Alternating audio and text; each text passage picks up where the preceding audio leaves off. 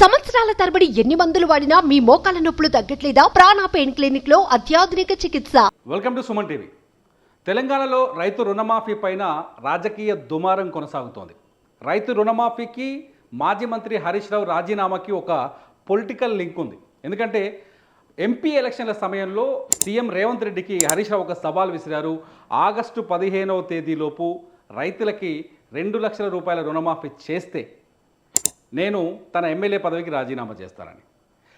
నిన్న ఆగస్టు 15వ తేదీ గవర్నమెంట్ అనుకున్నట్టుగానే 2 లక్షల వరకు బ్యాంకులో రుణాలున్న రైతులందరికీ రుణమాఫీ చేసింది. రుణమాఫీ చేసిన సందర్భంలో వైరాలో జరిగిన సభలో రేవంత్ రెడ్డి నేరుగా హరీష్ రావుకి సవాల్ విసిరారు. రాజీనామా చేస్తావా లేదా అని చెప్పేసి. ఆనాడు హరీష్ రావు సవాలు విసిరిండు, మీరు రైతు రుణమాఫీ చెయ్యండి, నేను సిద్దిపేట ఎమ్మెల్యేకు రాజీనామా చేస్తా, మళ్ళా ఎన్నికల్లో పోటీ చెయ్యనని. ఇవాళ ఈ వైరాగడ్డ మీద నుంచి ఖమ్మం ప్రజల సమక్షంలో హరీష్ రావు రాజీనామా చెయ్యి, హరీష్ రావు సిద్ధంగా ఉండు, సిద్దిపేటకు పట్టిన శని పీడ చీడ విరుగడవుతుంది, 15 ఆగస్టు లోపల 2 లక్షల వరకు రుణమాఫీ చేసి తీరుతామని మాట ఇచ్చిన. అయితే ఇక్కడ ఒక హరీష్ రావు చాలా స్పష్టంగా రేవంత్ రెడ్డికి సమాధానం చెబుతూ, రుణమాఫీ పేరుతో రేవంత్ రెడ్డి రైతుల్ని మోసం చేశాడు తప్ప ఎక్కడా రైతుని సాటిస్ఫై చేసే విధంగా రుణమాఫీ లేదు, ఇది పచ్చి మోసం అని చెప్పేసి కౌంటర్ ఇచ్చారు హరీష్ రావు. ఇక్కడ ప్రశ్న ఏంటి అంటే రైతుల విషయంలో, రైతు రుణమాఫీ విషయంలో బీఆర్ఎస్ ప్రభుత్వం నీట్గా రుణమాఫీ చేసిందా ఎటువంటి ఇబ్బందులు లేకుండా రైతులకి, లేదంటే కాంగ్రెస్ ప్రభుత్వం ఇప్పుడు జరిగిన రుణమాఫీ న్యాయంగా ఉందా? బీఆర్ఎస్ రైతులకు సంపూర్ణ న్యాయం చేసిందా, లేకపోతే కాంగ్రెస్ సంపూర్ణ న్యాయం చేసిందా రుణమాఫీ విషయంలో అనేది ఇక్కడ ప్రశ్నగా కనిపిస్తోంది.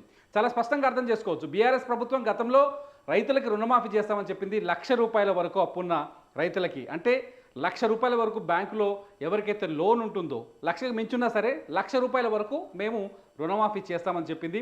ఒక్క దఫా మాత్రం చేయలేదు. బీఆర్ఎస్ ఫస్ట్ 25,000 చేసింది, మొదటి దఫాలో 25,000 వరకు లోన్ వాళ్ళకి చేసింది. ఆ తర్వాత 50,000 వరకు లోన్ ఉన్నోళ్ళకు, బ్యాంకుల అప్పు ఉన్నోళ్ళకి రుణమాఫీ చేసింది. ఆ తర్వాత 75,000, ఆ తర్వాత 1 లక్ష. ఈ 4 దఫాల్ని 5 ఏళ్ళు పొడిగించింది. ఈ 4 దఫాల్ని 5 ఏళ్ళు లాగింది. 5 ఏళ్ళు లాగడం వల్ల ఏం చేసిందంటే రైతులు రుణమాఫీ అయింది కదా, ఎలక్షన్స్ ముందు ఇచ్చిన హామీ కాబట్టి ఆటోమేటిక్గా బీఆర్ఎస్ని నమ్మారు. ఎందుకంటే అప్పటికే కేసీఆర్ ముఖ్యమంత్రి అయ్యారు, ఒక 4.5 సంవత్సరాలు పరిపాలించారు, మరో 5 సంవత్సరాల కోసం అధికారాన్ని అడిగారు. ఈ సందర్భంలోనే రుణమాఫీ హామీ ఇచ్చారు. అయితే ఈ రుణమాఫీ విషయంలో బీఆర్ఎస్ ప్రభుత్వం 4.5 ఏళ్ళు లాగటం వల్ల చాలామంది రైతులు వడ్డీలు, బ్యాంకులో ఏదైతే అప్పు ఉందో ఆ అప్పుకి వీళ్ళు ఇచ్చిన మాఫీ వడ్డీలకి ఈక్వల్ అయింది. దీంతో రుణమాఫీ, బీఆర్ఎస్ హయాంలో జరిగిన రుణమాఫీ ఫెయిల్ అయిందని ఒక ప్రచారం జరిగింది. ఈ నేపథ్యంలోనే కాంగ్రెస్ పార్టీ ఈసారి ఎన్నికల ప్రచారంలో చాలా స్పష్టంగా హామీ ఇచ్చింది. ప్రతి రైతుకు 2 లక్షల వరకు రుణమాఫీ చేస్తామని చెప్పింది. అయితే బీఆర్ఎస్ రుణమాఫీకి కాంగ్రెస్ రుణమాఫీకి తేడా ఏంటి? నిన్న హరీష్ రావు మాట్లాడుతూ చాలా స్పష్టంగా చెప్పారు. ఏం చెప్పారంటే, మేము 1 లక్ష రూపాయలు రుణమాఫీ చేస్తేనే 35 లక్షల మంది రైతులకు 17,000 కోట్ల ఖర్చు అయింది. ఇప్పుడు మీరు 22 లక్షల మంది రైతులకు రుణమాఫీ చేశారు, ఆ రుణమాఫీ మొత్తం ఖర్చు కేవలం 17,869 కోట్లు ఎట్లయితుందని ప్రశ్నిస్తున్నారు. అవును, ఈ ప్రశ్నలో ఒక అర్థం ఉంది. ఎందుకంటే బీఆర్ఎస్ ఒక్కొక్క రైతుకి దాదాపు రాష్ట్రంలో 35 లక్షలకు పైగా రైతులు ఉన్నారు, దాదాపు 70 లక్షలకు పైగా పాస్ పుస్తకాలు ఉన్నాయి. పాస్ పుస్తకాలు వేరు, ఇక్కడ రైతుల సంఖ్య వేరు. సో 35 లక్షల మంది రైతులకి రుణమాఫీ చేస్తే అప్పట్లో 17,000 కోట్లు అయ్యాయి.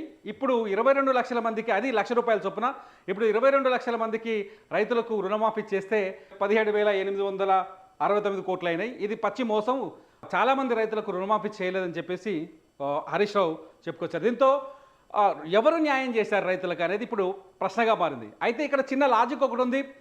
1 లక్ష రూపాయల వరకు రుణమాఫీ చేసింది బీఆర్ఎస్ ప్రభుత్వం, 1 లక్ష రూపాయల వరకు రుణమాఫీ చేసింది, అది 17,000 కోట్లు అయింది. కానీ బీఆర్ఎస్ చేసిన రుణమాఫీలో టైం బౌండ్ లేదు. అప్పుడు మనకు అర్థమైంది ఏంటంటే, రైతులను అడిగినా తెలుస్తుంది, ఇది బ్యాంకులో పోయినా ఎంక్వైరీ చేస్తే తెలుస్తుంది, టైం బౌండ్ లేదు. కానీ కాంగ్రెస్ చేసిన రుణమాఫీలో టైం బౌండ్ ఉంది. కాంగ్రెస్ చాలా స్పష్టంగా చెప్పింది, 12 తారీఖు డిసెంబర్ 2018 నుంచి 9 తారీఖు డిసెంబర్ 2023 వరకు ఈ గ్యాప్లో అప్పులు తీసుకున్న వాళ్ళకి కానీ, లేకపోతే పాత అప్పుని రెన్యువల్ చేసుకున్న వాళ్ళకి కానీ రుణమాఫీ చేస్తానని చెప్పింది. కానీ బీఆర్ఎస్ అలా చెప్పలే. మీకు అప్పటి వరకు బ్యాంకులో ఎంత అప్పు ఉందో అంత అప్పు వరకు 1 లక్ష రూపాయలు, ఆ మొత్తం అప్పులో 1 లక్ష రూపాయల వరకు మేము రుణమాఫీ చేస్తానని చెప్పింది. సో వాళ్ళకి బడ్జెట్ తక్కువైంది.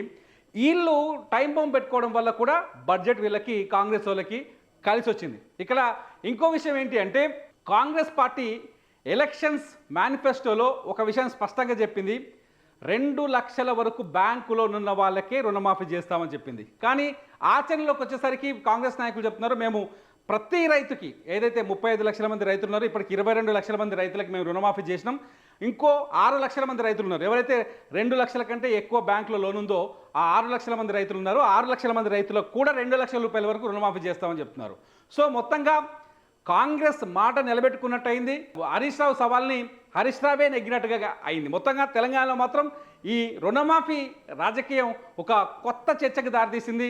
చివరికి రైతులకి ఎవరి వల్ల న్యాయం జరిగింది అనేది ఇప్పుడు ఇక్కడ ఆసక్తికరంగా మారింది. చూద్దాం, కామెంట్స్ రూపంలో మీరే చెప్పండి, హరీష్ రావు నెగ్గాడా ఈ సవాల్లో, లేకపోతే రేవంత్ రెడ్డి నెగ్గాడా అనేది మీ కామెంట్స్ రూపంలో తెలియజేయండి. మీ బిజినెస్ ఏదైనా మీ ఊర్లో ప్రమోషన్ చేయాలంటే అది సుమన్ టీవీతోనే సాధ్యం. ఇప్పుడే సంప్రదించండి.